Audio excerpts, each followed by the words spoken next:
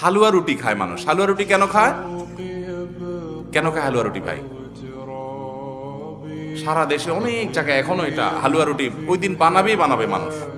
হালুয়া রুটিটা কেন হয় বলেন তো? বলে যে নবী সাল্লাল্লাহু আলাইহি সাল্লাম উহুদের যুদ্ধে তার দন্দান মোবারক শহীদ হয়েছে, এই জন্য উনি শক্ত খানা খাইতে পারতেন না, হালুয়া খাইতেন, এই জন্য আমরা হালুয়া খাই। আরে ভাই, নবী সাল্লাল্লাহু আলাইহি সাল্লামের দাঁত ভাঙছে প্রথম কতলটা শাবান মাসে ঘটেই না, ওটা পড়ছে আরেক মাসে। আপনি এইটা এই মাসে আনলেন কোত্থেকে? আচ্ছা, তারপরে যদি ধরে নেই এই মাসেই হয়েছে, তো ওনার দাঁত ভাঙছে কাদের আঘাতে? মুশরিকদের আঘাতে, তাই না? আল্লাহর দুশমনদের আঘাতে। তো কাফেরদের আঘাতে, দাঁত ভাঙাতে উনি হালুয়া খাইছে বলতেছেন, যদি এটার কোনো ভিত্তি নেই, বোগাস কথা। তারপরে ধরে নিলাম, তো আপনি ভালো দাঁত নিয়ে হালুয়া খাচ্ছেন কোন শরমে?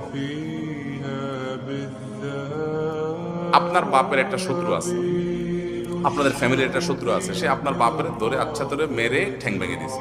আপনার বাপ বেচারা ওই ভাঙা ঠ্যাং নিয়ে একটা লাঠি নিয়ে ভর করে করে খোঁড়ায় খোঁড়ায় উনি হাঁটেন, কারণ পা ভেঙে গেছে বেচারা।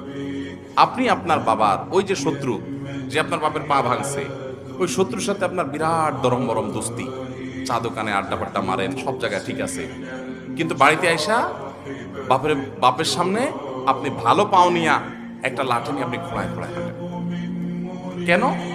বাবার প্রতি সহমর্মিতা দেখেন, যে আমার বাবার যেহেতু পা ভেঙে দিছে, এই জন্য বাবা খোঁড়া খোঁড়ায় হাঁটে, আমি এখন ভালো পাও নিয়া লাঠি নিয়ে খোঁড়ায় খোঁড়ায় হাঁটতেছি। কি বলেন? এই দৃশ্য যদি দেখে আপনার বাপে কি করবে? হাতের লাঠিটা দিয়ে বলবো, আমার পাও যা যাক, তোর আগে কয়টা বাড়ি দিবে আদব, তুই আমার ব্যাঙ্গাইতে আসছস? আমার পা ভাঙছে যারা, তুই পারলে তাদেরকে বিচারের আওতায় আনবি, তাদের একটা বিহিত করবি। সেটা না করে তার লগে তলে তলে তোমার সম্পর্ক, তুমি আসছো আমার এখানে নাটক করে আমার সহমর্মিতা জাহির করতে।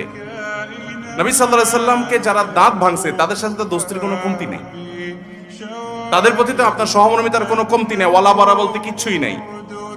কিন্তু আপনি হালুয়া খায়া ভালো দাঁত নিয়া আপনি নবী সাল্লাল্লাহু আলাইহি সাল্লামের প্রতি সহমর্মিতা প্রদর্শন করছেন, এর চেয়ে হাস্যকর আর কি হতে পারে? আল্লাহ আমাদেরকে সঠিকভাবে দ্বীন পালন করার তৌফিক